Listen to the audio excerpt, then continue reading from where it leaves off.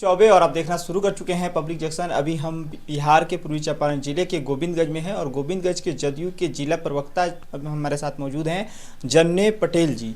सबसे पहले स्वागत है आपका हमारे चैनल पे। जी, आपके चैनल के माध्यम से जितने भी लोग जुड़े हैं उन सब लोग को मैं प्रणाम नमस्कार आदाब करता हूं और आपका भी बहुत बहुत स्वागत। क्या लग रहा है इस बार चुनाव जो है, गोविंदगंज का चुनाव जो है अहम माना जा रहा है, हॉट सीट बिहार में हो चुका है, क्योंकि यहाँ पे एनडीए और महागठबंधन की जो लड़ाई है वो देखा जा रहा है एकदम समतुल्य बना हुआ है। आपको क्या लग रहा है इसमें? देखिए, ये बात सही है कि यहाँ पर आमने सामने लड़ाई है, तीसरा कोई ऐसा उम्मीदवार नहीं है जो तीसरा कौन बना सके, लेकिन लड़ाई यहाँ बहुत आगे है।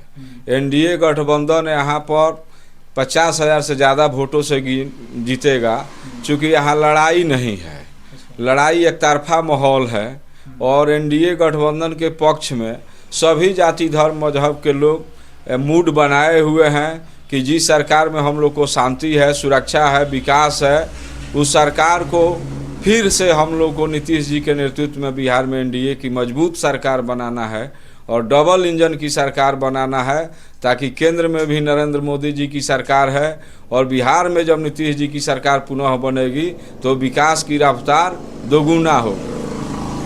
मतलब कि अगर केंद्र में भी या बिहार सरकार बनती है तो और रफ्तार तेज हो जाएगी। विकास मतलब रुक नहीं रहा है बिहार में। जी नहीं, विकास का रफ्तार जो है सो दुगुनी गति से आगे भी जारी रहेगा यदि नीतीश जी के नेतृत्व में एक बार पुनः सरकार बनती है। तेजस्वी जी बता रहे हैं कि घर घर रोजगार देंगे, हर घर से एक रोजगार देंगे। अभी तेजस्वी जी कैसे कह रहे हैं, अभी तेजस्वी जी ही बताएंगे। वो कह रहे हैं और आप जो है सो पत्रकार हैं, सम्मानित पत्रकार हैं, यूट्यूब पर चाहे किसी भी गूगल पर आप सर्च कर लीजिए कि बिहार छोड़कर इस देश में जितने भी स्टेट है, किसी भी स्टेट में उतना रोजगार और नौकरी नहीं मिला जितना बिहार सरकार ने यहाँ पर देने का काम किया है। तो वो कैसे कह रहे हैं कि हर घर में रोजगार देंगे, अब वही बताएंगे। संभव है हर घर में रोजगार देना? यह संभव नहीं है, संभव नहीं है। हर परिवार में सरकारी नौकरी देना यह संभव नहीं है। अच्छा, तो इसका मतलब तेजस्वी झूठ बोल रहे हैं? वो तो उन लोग का गठबंधन ही है, करना तो कुछ है नहीं, तो कहने में क्या जाता है। काम वो लोग कुछ नहीं कर पाएंगे। जो उनके माता पिता का सरकार था, उस सरकार में कितने लोगों को नौकरी दिए, रोजगार दिए, इस पर तो पहले बात करें। जो 15 साल उनके माता पिता के सरकार में कितने लोगों को रोजगार मिला, कितने लोगों को सरकारी नौकरी दिए। अब यह ख्याली पुलाव पका रहे हैं।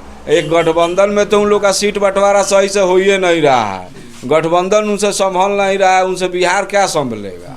अच्छा, एक और पार्टी जो है बीच में आ गई है, जन सुराज, जो कि बता रही है कि जनता का सुंदर राज जन सुराज। इसके बारे में क्या राय है? देखिए, जन सुराज का वही हाल होगा जो 2005 में जगन्नाथ मिश्रा जी पार्टी बनाए थे, 2000 में बिहार जन कांग्रेस, वहीं पप्पू यादव जी 2015 में जन अधिकार पार्टी बनाकर लड़े थे। वैसा ही हाल जो है सो इनका भी होने वाला है। जन सुराज का कहीं आता पाता नहीं लगेगा। 14 तारीख को गिनती है, 15 तारीख से इनका कहीं आता पाता नहीं रहेगा, कहीं लड़ाई में नहीं है। अच्छा जी, अपने आप को बहुत बड़ा रणनीतिकार बताते हैं और कई सारे लोगों का जो कच्चा चिट्ठा है वो खोल दे रहे हैं एक बैग। वो तो आजकल खोजी पत्रकार बन गए हैं, वो तो खोजी पत्रकार बन गए हैं। रणनीतिकार इतना बड़े हैं कि जो 2015 में वो नीतीश जी के साथ में थे और महागठबंधन हम लोग का था, तो उस समय जदयू का 118 विधायक था 2015 में और लालू जी का विधायक 22 था और ये जदयू के लिए काम कर रहे थे। तो बिना रणनीति बनाए लालू जी की पार्टी आरजेडी नीतीश जी के नेतृत्व में 80 सीट जीत गई और जदयू के लिए रणनीति बनाए तो हम लोग 118 से 71 पर आ गए। कैसा रणनीतिकार है? अच्छा, मतलब प्रशांत किशोर को आप रणनीतिकार भी नहीं मानते? नहीं, झूठा को आप क्या मानते हैं? एक तरह से वो अपना एक प्राइवेट कंपनी चलाते हैं, प्रचार प्रसार का अभियान चलाते हैं, बस इनका वही काम है। दूसरा उनके रणनीति से कोई बिहार में फर्क पड़ने वाला नहीं है। नीतीश कुमार अपने आप रणनीतिकार है, चाणक्य है, इस देश के राजनीति के चाणक्य है नीतीश कुमार। नीतीश कुमार के सामने किसी का कोई रणनीति या कूटनीति काम नहीं करने वाला है। और बिहार की जनता मूड बना चुकी है कि हम लोग को पुनः एक बार 2025 225 फिर से नीतीश का नारा है, और इसी नारा के साथ फिर एक बार नीतीश कुमार जी इस बिहार के मुख्यमंत्री की गद्दी पर बैठेंगे। मतलब फिर से नीतीश कुमार को ही आप... जी बिल्कुल बिल्कुल। इसमें जिस तरह पूरब से सूरज का उगना तय है, उसी तरह 14 तारीख के बाद फिर से बिहार में नीतीश जी का मुख्यमंत्री बनना तय है। अच्छा, गोविंदगंज की सीट की अगर हम बात करें तो गोविंदगंज की सीट उनको लग रहा है कि आपको कि ये अहम सीट है या टक्कर की मानी जा रही है? अहम सीट तो यही है। 14 गोविंदगंज अहम सीट इसलिए है कि आज हम लोग गोविंदगंज क्षेत्र के निवासी सौभाग्यशाली हैं कि आज हम लोग का क्षेत्र का बेटा बिहार प्रदेश लोजपा का अध्यक्ष है। आज गोविंदगंज का बेटा पूरा प्रदेश में जिसकी पहचान है, प्रदेश स्तर का जो नेता है जिसकी प्रदेश स्तर पर पहचान है, जो प्रदेश का अध्यक्ष है, वो आदमी हम लोग का उम्मीदवार है।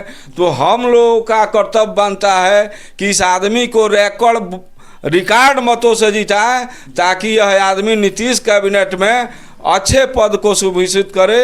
और हम लोग को पूरा विश्वास है कि जब 2025 में नीतीश जी के नेतृत्व में सरकार बनेगी तो उसमें एनडीए गठबंधन के प्रत्याशी आदरणीय बड़े भाई राजू तिवारी जी कैबिनेट मंत्री के रूप में भी शपथ लेंगे।